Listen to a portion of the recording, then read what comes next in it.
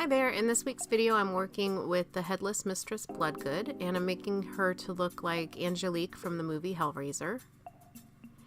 And I recently attended the Mad Monster Party in Charlotte, North Carolina, and at my table I wanted to have a little bit more horror representation since it was a horror convention. So I decided to make this doll. It's really out of my comfort zone, but last year I created the nurse from Silent Hill, and that went pretty well. So I thought, well, let's push myself and do another horror doll this year. So she really creeps me out. I'm glad that she's no longer in my possession, but I was really happy with how she turned out anyway. So here I'm just adding Epoxy Sculpt to the head and just kind of smoothing it out and blending it in. And this is just for the base, and then the character has the scalp is cut down the center with these like skin flaps that come down the side. So gross to even explain it. But you'll see in a second. I didn't film that part because it was very challenging to get that, and I couldn't film it, so I apologize for not showing that, but I think you'll get the gist. And I used a toothpick to pop some holes in the sides because the scalp, when it's pulled down, it like attaches to her shoulders. You'll see in the pictures later. But so after I sanded her down, I used some Mr. Super Clear for a base, and then airbrushed her with a skin tone so that the epoxy didn't blend it in with the skin. And I also wanted her skin tone to be a little bit lighter, so I just lightly airbrushed her face a bit as well.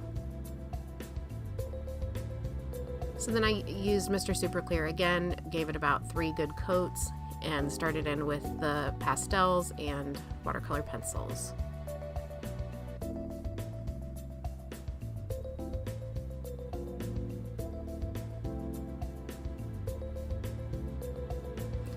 For the scalp color, I used a couple of different colors. I started out with red, as you could see, but I added in some skin tones and even some yellows just to give it some dimension.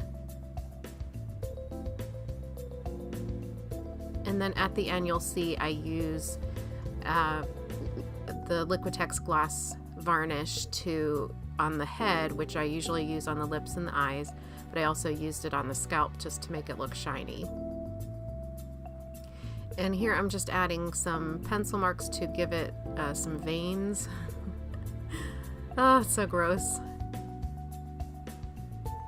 And I also went down underneath those flaps and kind of took some artistic liberties because I don't think the character has this, but I wanted some like blue and red veins coming down in her skin. And then I just moved to where I'm more comfortable and give her a face up.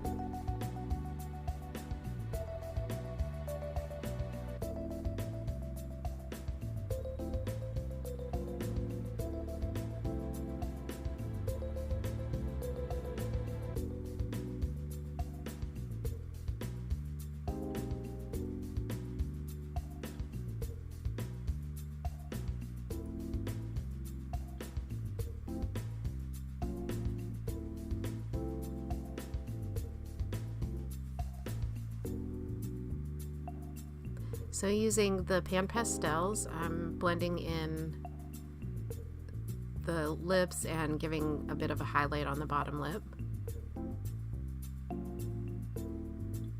I find it always looks better if the top lip is a little darker than the bottom.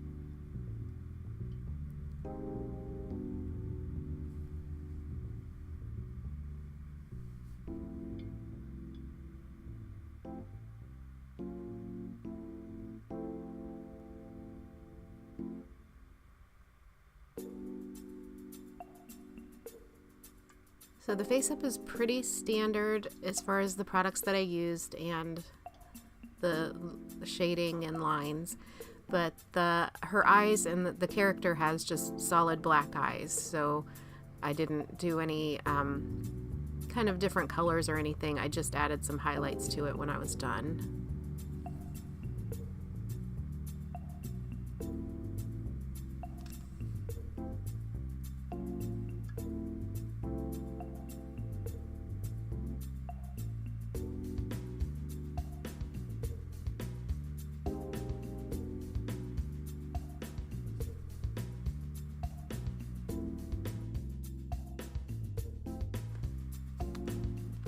So I don't know, what do you guys think? Do you like the horror dolls, or are they too gross and creepy for you?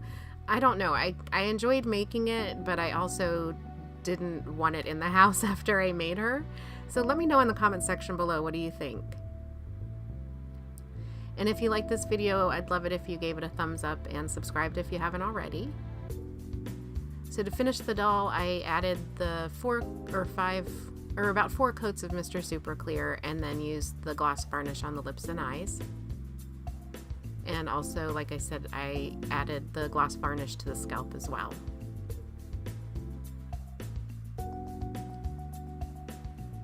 So that's about it. I hope you enjoyed the video. Let me know again in the comment section below what you think about horror dolls, if you want to see more, or if you just prefer the sweet, pretty ones. Thank you again for watching. Have a great day. Bye.